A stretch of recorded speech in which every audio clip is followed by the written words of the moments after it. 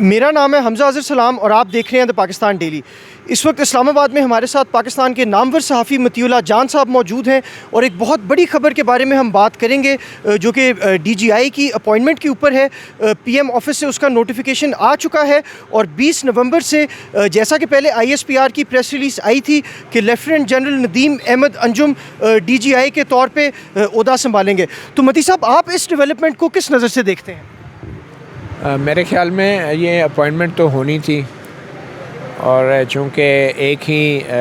نام سامنے آ رہا تھا اور ایک ہی جنرل صاحب نے انٹرویو دیا تھا، جنرل ندیم احسن انجم، تو نام تو وہی وزیر اعظم عمران خان نے رکھا۔ ان کا اختیار تو تھا، وہ کسی اور کے لیے بھی کہہ سکتے تھے، مگر انہوں نے اسی نام کو آخرکار قبول کیا۔ اور جو باتیں بھی وفاقی وزراء کرتے رہے ہیں، فواد چودھری کہ سمری ہوگی اور 3 نام ہوں گے یا مختلف ذرائع سے کہی جائے، وہ ساری چیزیں تو ہیں بظاہر غلط ثابت ہوئی ہیں۔ ایک ہی نام تھا، ایک ہی نام پہ انہوں نے اس کو کنفرم کر دیا ہے۔ صرف ایک چیز میں بظاہر وزیر اعظم نے اپنا اختیار جتانے کی ایک اچھی کوشش کی ہے، اور وہ تاریخ ہے کہ جو پہلے کہا جا رہا تھا کہ 24-25 اکتوبر تک جو ہیں وہ ڈی جی آئی صحیح چارج لے لیں گے، مگر انہوں نے 20 نومبر کی تاریخ دے دی۔ تو پورے 25 دن کا جو ہے نا ایک اختیار وزیر اعظم نے اپنا اس سے ثابت کیا ہے کہ اگر نام آپ کا ہوگا تو تاریخ ہماری ہوگی۔ اور میرے خیال میں عمران خان صاحب غیر ضروری طور پہ تاریخوں میں کچھ مجھے لگ رہا تھا دلچسپی لے رہے تھے۔ میں اس کی وجہ پہ نہیں جاؤں گا کیونکہ وہ بڑا ہی ایک عجیب سی غیر سنجیدہ بات لگتی ہے، مگر یہ جو نئی تاریخ آئی ہے اس سے تو لگتا ہے کہ وزیر اعظم کی زیادہ دلچسپی نومبر کے مہینے میں تھی اور 20 تاریخ میں تھی نومبر کی، تو وہ انہوں نے بظاہر اپنا اختیار تو جتا دیا ہے۔ لیکن میرے خیال میں وزیر اعظم کو اس طریقے سے جو ہے اپنا اختیار نہیں جتانا چاہیے۔ اگر آپ واقعی وزیر اعظم ہیں تو پہلے تو یہ اس بات کی انکوائری ہونی چاہیے تھی کہ یہ وزیر اعظم کی منظوری کے بغیر اس نام کو پبلک کیسے کیا گیا۔ پھر اس بات کی انکوائری ہونی چاہیے تھی کہ ہٹایا کیسے گیا، جو پہلے والے ڈی جی آئی صحیح ہیں ان کو کیسے آپ میں ترجمان کے ذریعے خبر چلا دی۔ تو اور پھر اگر 20 نومبر کی تاریخ دینی تھی تو وزیر اعظم یہ کام بہت پہلے کر سکتے تھے،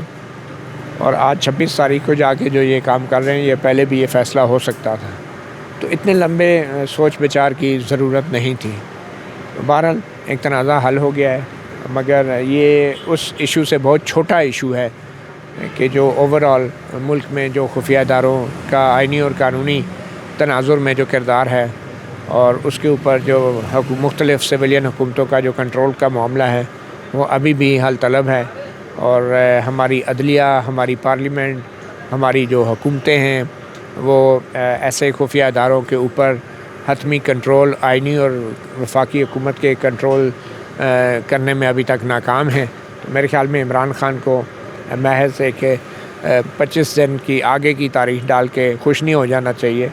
بلکہ بطور وزیر اعظم ان کو اوور آل جو ہے یہ سول ملٹری جو عدم توازن ہے اس کو ختم کرنے کے لیے اقدامات کرنے چاہیے، اور کم از کم اب انہیں آج سے یہ ثابت کرنا